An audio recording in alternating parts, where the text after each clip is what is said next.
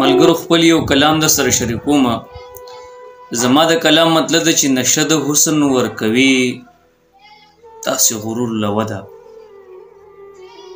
نشه د حسن ورکوي داسې غرور له وده، لکه کتاب چې ورکوي څنګه شعور له وده.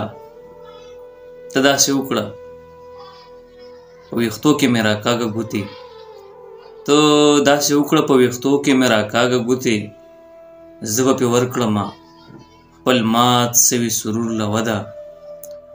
او ستا پیدایش سو د حسن مکمل جنم و، ستا پیدایش سو د حسن مکمل جنم و، خپل راتلو سره دې بیا ورکړله نور له وده.